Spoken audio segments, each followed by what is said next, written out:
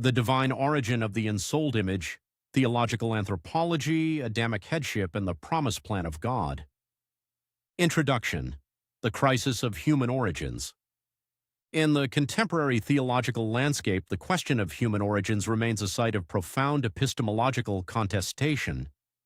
Secular paradigms frequently reduce humanity to unguided material processes. In contrast, a text-immanent biblical theology, one that prioritizes the final canonical form, literary structure, and Hebraic cognitive environment, recovers the dual creaturely divine origin of the ensouled Imago Dei. Following Joshua R. Ferris, this inquiry recognizes that the question, "What am I?"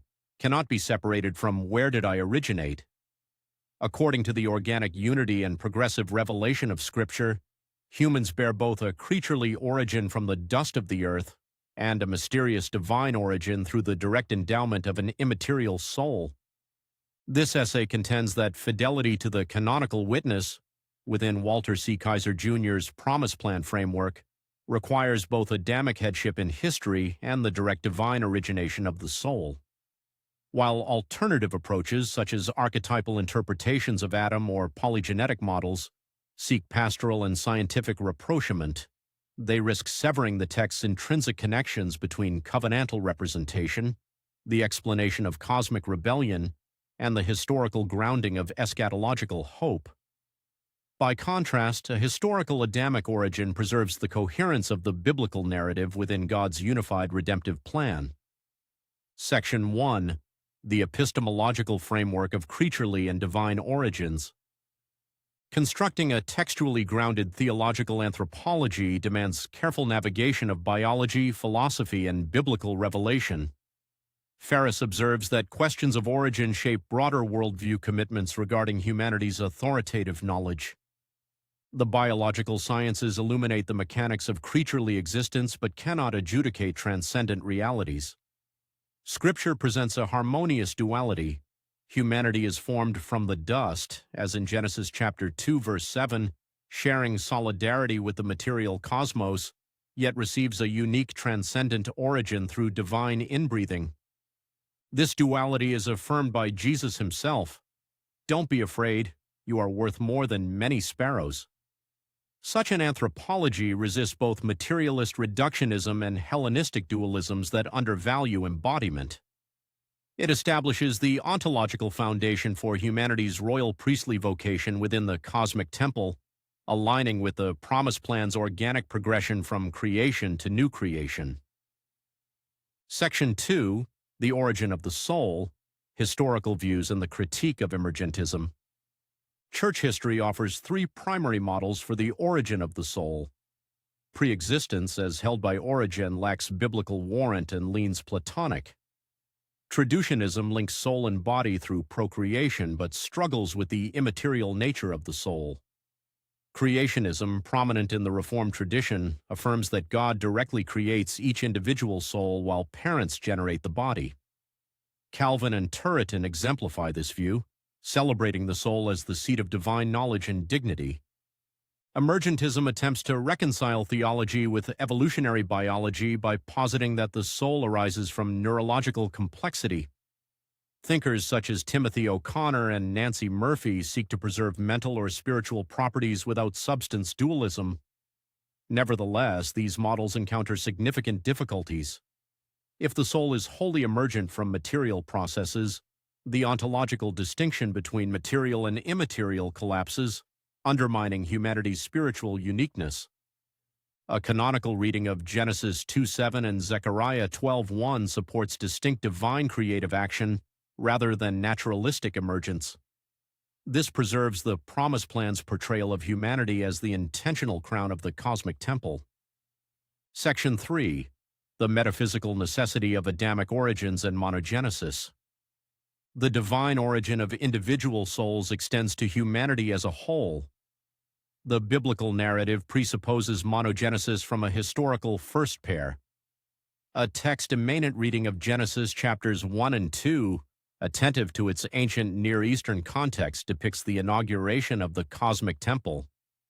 In Genesis 1, verses 26 through 28, The divine council deliberates as God creates humanity in his image and likeness, commissioning male and female as royal priests to exercise dominion, fill the earth, and mediate divine presence.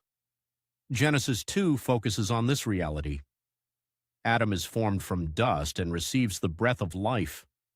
Eve is fashioned from his side, underscoring unity. Thus, Adam and Eve embody the Imago Dei with ontological royal priestly dignity. Canonical texts reinforce this. Paul declares that God made from one man every nation. He contrasts the first Adam with the last Adam, and Luke's genealogy traces Jesus back to Adam. While some explore models involving divine selection or representative headship to engage population genetics, the most textually coherent reading upholds historical Adamic monogenesis as foundational to the promise plan. This preserves covenantal representation without external philosophical imposition. Section 4. Original Sin, Cosmic Rebellion, and Covenantal Solidarity. The necessity of a historical Adam is most evident in accounting for evil and mortality. Paul writes, "Sin came into the world through one man, and death through sin." Abandoning monogenesis risks implicating the Creator in the origin of evil, undermining both the goodness of creation and the promise plan's redemptive logic. Within the divine council worldview, Adam's transgression constitutes the first of three compounding cosmic rebellions: Eden, the Watchers, and Babel. Hebraic covenantal solidarity, expressed through block logic, resolves tensions between creationism and sin's transmission. God creates each soul directly, yet every soul enters a covenantally fractured humanity under Adam's federal headship. Corruption is experienced as the consequence of embodiment within an alienated lineage subject to rebellious powers. This framework complements covenant theology's insights on federal headship while guarding the concrete future promises to ethnic Israel. Section 5. The Promise Plan and the Eschatological Destiny of the Ensouled Image. The historical fracture demands a historical remedy within the Promise Plan. After the threefold rebellion, God elects Abraham to reclaim the disinherited nations and restore the cosmic temple. This unified plan culminates in the last Adam, Jesus the Messiah, whose perfect obedience, vicarious death, and resurrection defeat rebellious powers and inaugurate the new covenant. The Promise Plan remains non-supersessionist. God's concrete promises to ethnic Israel are irrevocable. Gentiles are grafted into Israel's nourishing root, forming one new humanity.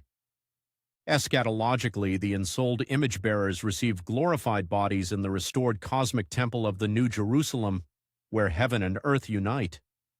This bodily hope affirms the goodness of material creation against Platonic escape narratives and invites dialogue across theological traditions united by the Promise Plan's organic architecture. Conclusion. Questions of human origins are foundational to theological anthropology and soteriology. By reclaiming the Hebraic perspective and the Promise Plan's organic unity, Scripture reveals humanity as ensouled image-bearers, creaturely yet transcendent, historically rooted in Adam, and destined for resurrection glory in the restored cosmic temple. This vision upholds human dignity, grounds redemption in historical reality, and summons the Church to faithful royal priestly stewardship until the Messiah consummates God's unified redemptive plan.